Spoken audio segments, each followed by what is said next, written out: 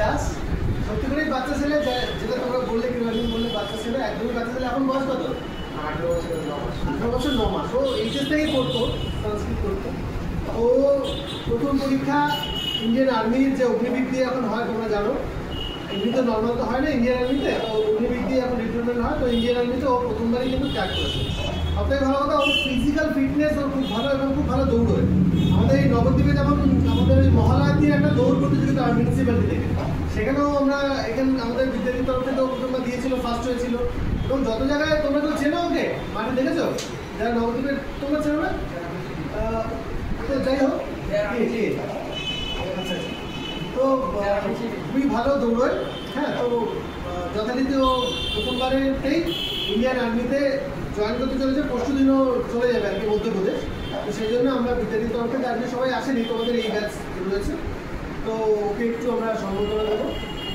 আর একটু তোমরা সবাই তো নিউ রয়েছো, যারা নতুন রয়েছো তোমরা পুরনো, তো নতুনদের মধ্যে অনেকেরই বয়স এখানে 18 বা 17 বা 21 হয়নি এখনো। তো তাদেরকে একটু যদি তুমি কিছু বলো ওদের জন্য, ওরা তোমার মতো হয়তো আর্মি বা ডিডি এইসবের জন্য প্রিপারেশন নিচ্ছে, তো কী করতে হবে সেটা একটু বলো, বা তুমি কীভাবে কী করলে সেটা একটু বলো। এটা একটু নিয়ে যাও।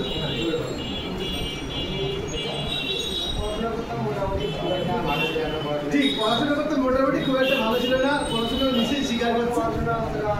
আগ্রহ ছিল না, আমার ইচ্ছে ছিল ফার্স্টে বড় খেলোয়াড়। তারপর আমি আর্মির জন্য খাটা শুরু করলাম, ছোটোবেলা থেকে আমি যদি দৌড়াতাম। তারপর এই সাইকেল ভর্তি হলাম, পড়াশোনা করলাম, তারপরে কম্পিটিও করতাম। তারপর কর্মদিন অনেক প্র্যাকটিস করি, তারপর চিয়ারও দিলাম প্র্যাকটিস করতে। আমার যখন ফিজিক্যাল ছিল, তখন রাশের সময় ছিল, রাশে বাড়ি ছিলাম না, চিয়ারে যেতাম প্রতিদিন, প্র্যাকটিস করতাম আর চলে আসতাম। আর রাতে বাড়ি থেকে ঘুম করতাম, রাশে করে মানে যতটা পারতাম নিজের থেকে প্র্যাকটিস করার চেষ্টা করতাম। এইটুকু আমি বুঝতে পেরেছি যদি মানে সাকসেস হতে হয় তাহলে স্যাক্রিফাইস করতে হবে, স্যাক্রিফাইস অনেক কিছু করতে হবে, স্যাক্রিফাইস সাকসেস আর বাবা একদম ঠিক কথা। ওর মাও এসেছিলেন, খুব দুঃখ প্রকাশ করছিলেন তখন যে ছেলে একটাই কিছু হচ্ছে না, বা মানে অনেক আশা ছিল। ফ্যামিলি ব্যাকগ্রাউন্ডও খুব একটা যে ভালো। বাবা কী করতেন, কী করেন, প্যান্ডেলের কাজ করতেন, তো বাইরে বাইরেও থাকতে হতো ওনার বাবাকে, কোচবিহার যেটা তুমি বলেছিলেন। তো সেক্ষেত্রে একটা কিছু চাই, এখন পাওয়ার পরও ওর মা বাবার এখন কান্নাকাটি করছে, একসময় বলছেন যে না যেতে দেবো না। তো এটা হয়, ছেলেদের ক্ষেত্রেও হয়, মেয়েদের ক্ষেত্রেও হয়। মেয়েদের যেমন বিয়ে হয়ে গেলে মা বাবা একটু দুঃখের জন্য কাঁদে, হ্যাঁ, তো সেক্ষেত্রে ওর ক্ষেত্রেও হয়েছে এটা, একমাত্র ছেলে। কিন্তু এখনও লাইফ চেঞ্জ, ইন্ডিয়ান আর্মি সবার ভাগ্যে জোটে না, বা সবাই লাইফে চান্সও পায় না, সববার হয়ও না আর কি রানটা। ও প্রথমবারই ওর টার্গেটই ছিল প্রথম থেকে, ও এনসিসিও করতো। তুমি এনসিসি ভর্তি হয়েছিলে কলেজে করতো, তো মেডিকেল দিক থেকে যথেষ্ট ফিট ছিল, বরাবরই দৌড়তো দারুণ। তো আগে একদম রোগাবেটকা ছিল, এখন তো দেখেই তোমরা বুঝতে পারছো একদম আর্মির চেহারাই রয়েছে। তো যাই হোক, আমরা স্যার সন্তোষ স্যার একটু আসুন, এটা ছোট্ট একটা আমরা সম্বর্ধনা দেবো। পরবর্তীকালে আরও অনেক স্পেশাল ফোর্স আছে, ও টার্গেটও আছে স্পেশাল ফোর্সে, একটু ওকে দেবেন। আচ্ছা, তোমরা একটু হাততালি দাও।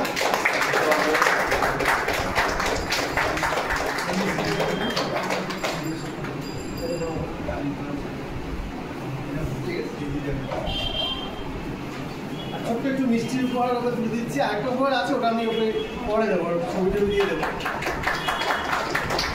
ছবিটাও দেখো, ওই ছবিটার মতো কেউ একজন। আচ্ছা দাঁড়ান,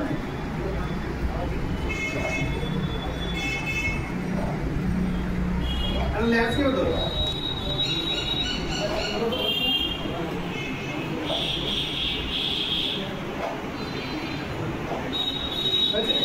একটা কথাই বলবো তোমাদের, যে তোমরা থেমে দেখো না। এখানে অনেকেই আছে যারা আমার এখানে রেসিডেন্সিয়ালে থাকেও, তারাও কিন্তু অনেক স্যাক্রিফাইস করে, ওরা বাড়ি যায় না। যে কোনো অনুষ্ঠানে, এখানে অনুষ্ঠান হলেও আমরা ওদেরকে মানে যোগ দেওয়াতে পারি না, কারণ ওরা, ওদের কাছে একটাই টার্গেট, সেটা হচ্ছে চাকরি পেয়ে তারপর সব কিছু হবে। কারণ এখন ওরা মোটামুটি হাফ ডিপ্রেশনে চলে যাচ্ছে, তো সেখান থেকে টেনে তুলতে হবে। ডিপ্রেশনে যাওয়ার কোনো ব্যাপারই নেই, তোমার প্রত্যেকেরই জন্য কিছু না কিছু বরাদ্দ আছে, কিন্তু একদম ঠিক কথা বলতে স্যাক্রিফাইসটা কিন্তু করতে হবে। স্যাক্রিফাইস না করলে জীবনে কিন্তু হবে না। আমি সব কিছু করে পড়াশুনো করবো সেটা করলে কিন্তু হবে না। পড়াশুনোটাকে আগে করতে হবে, তবে সব কিছু করতে হবে। মানে চাকরি রিলেটেড যাবতীয় সেটাকে আগে প্রাধান্য দিতে হবে। আমি ঘুরলাম ফিরলাম তারপরে গিয়ে সময় বাঁচলে করলাম তারপরে কিন্তু হবে না। ঘুরবে ফিরবে সবই, কিন্তু নিজের সময়টাকে দিয়ে তারপরে কাজে লাগাতে হবে সেটা। যারা যারা এখানে একদম নিউ কামার আছো, 18 বছর হয়েছে বা সদ্য সদ্য জয়েন করতে চলেছো, তারা কিন্তু একটু ভালো করে পড়াশোনা করো। প্রত্যেকের জন্য কিছু না কিছু রয়েছে, প্যারামিলিটারি কোর্স রয়েছে, ইন্ডিয়ান আর্মি অগ্নিবীর এখন কিন্তু অলরেডি ফিল আপ চলছে, ফর্ম ফিল আপ ওটা সামনের মাসে 10 তারিখ অবধি রয়েছে। যাদের যাদের অ্যাপ্লিকেবল, যারা যারা অ্যাপ্লিকেবল এখন রয়েছে তারা কিন্তু ফিল আপ করে দিও এবং মাঠে যেও আর পড়াশোনা চালিয়ে দিও। আবার বলছি, ইন্ডিয়ান আর্মির পরীক্ষা বা রিটেন এক্সাম কিন্তু খুব বেশি যে হার্ড হয় তা নয়, জিডিরও তাই, কিন্তু ওদের মাঠটা খুব কঠিন হয়। তো মিনিমাম পড়াশোনা দিয়ে কিন্তু এখনো পর্যন্ত পাওয়া যায়। ইন্ডিয়ান আর্মি বলো বা পুলিশ বলো, যদিও কম্পিটিশন বেড়ে যাচ্ছে, তো চেষ্টা করো, সবাই সফল হবেই, কিন্তু থেমে থাকলে চলবে না, বা পড়াশোনাটাকে ফার্স্ট প্রেফারেন্স দিতে হবে, তাহলেই সেটা হবে, তাই তো? খুব ভালো। রিমেডিকেল দিয়েছিল আগে, আচ্ছা, তখন আমি বলছিলাম মানে আমি বাদ দিই রিমেডিকেল, মা তো কোনো ব্যাপার না, পরে হবে বা আমাকে বললেই শান্ত হবে, কিন্তু আমাকে একদম চেষ্টা করতে হবে। তোর হাতে রিমেডিকেলও দিয়েছিল, কিন্তু সেটাকে রিমেডিকেলে কিন্তু ক্র্যাক করেছে। আগের বার আমাদের জিডি তো অনেকে রিমেডিকেল খেয়েছে, কিন্তু তার পরবর্তীকালে কিন্তু সে আবার উঠে দাঁড়িয়েছে। কিছু কেউ কেউ আবার বাদ চলে গেছে, কিন্তু রিমেডিকেল দিলে মানে আমার লাইফ শেষ, এটা ভাবলে চলবে না। একটা হলো আরেকটা আছে, একটা হলো আরেকটা আছে। আমাদের যেমন মহুয়া, ও তো একই দিনে জিডি এবং বোধহয় ডাব্লিউপি এবং আরপিএফ মনে হয় একদিনের রেজাল্ট বেরিয়েছিল, ও ফেল করেছে দুটোতেই। তো তো ভেঙে পড়েনি, ও এখন কোথায় রয়েছে? এখন সরি, মহুয়া বলছি না, সোনালি। হ্যাঁ, মহুয়া এখন ওয়েস্ট বেঙ্গল পুলিশেই আছে, আর সোনালি বলে যে মেয়েটি কদিন আগে এসেছিল আরপিএফে, সিআরপিএফে আছে এখন। তো ও একসাথে দুটো পরীক্ষা ফেল করে, ডাব্লিউপি এবং আরপিএফ। তো ভেঙে পড়েনি, ও কিন্তু আবার উঠে দাঁড়িয়ে সিআরপিএফ জয়েন করেছে, 1 বছর হয়েছে। কিন্তু ইদানিং জাস্ট 3-4 দিন আগে আমাকে ফোন করে এলো, ওদের স্যার গুড নিউজ আছে একটা, ও আরপিএফ এসআই কোয়ালিফাই করে ফেলেছে। কারণ ও কোথায় ছিল, ডাব্লিউপি পায়নি, সে সিআরপিএফ হলো, দিয়ে 1 বছরের মধ্যে আবার আরপিএফ এসআই মানে অফিসার লেভেলে চলে গেল। তারপর ওটা ছিল, ওটাতে জয়েন করলো। সেজন্য ইচ্ছা শক্তিটাকে কাজে লাগাতে হবে, যে আমি একটা পেলাম। আমার অনেক স্টুডেন্টও আছে যারা কনস্টেবল হওয়ার পর বলছে স্যার এই বেশ ভালো আছে, হ্যাঁ চাপ নেই, রিল্যাক্সে আছি, কিন্তু তাদের তো স্টার নেই। স্টার নেই মানে পাওয়ার নেই, সারা জীবন ওই 5-4 মাস খাটতে হবে, এরকম ব্যাপারটা। কিন্তু যার যার যোগ্যতা আছে সেই যোগ্যতার টপ মোস্ট লেভেলে যেতে যাওয়ার চেষ্টা করতে হবে। আগে একটা মিনিমাম প্ল্যাটফর্ম পাও, তারপর চেষ্টা করো ওপরে যাও। তো এটাই বলবো, তুমিও স্পেশাল ফোর্স জয়েন করবার জন্য তুমি টার্গেট রেখেছো, তুমি ফুলফিল হও আশা করি। তো পারবে, তোমার যখন জোশ আছে, তোমার টার্গেটও আছে, তখন পারবে।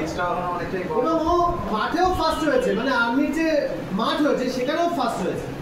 লং জাম্প, হাই জাম্প সব জায়গাতে কিন্তু খেলাতে একদম টপ। ওর হাইটটাও দেখছো, এবং ও প্রচণ্ড পরিমাণে কিন্তু জেদি এবং খেলাধুলার জন্য একদম পারফেক্ট। ঠিক আছে, ভালো থাকো, আবার দেখা হবে। অবশ্যই ভালো করে কাজ করো, আর মানুষের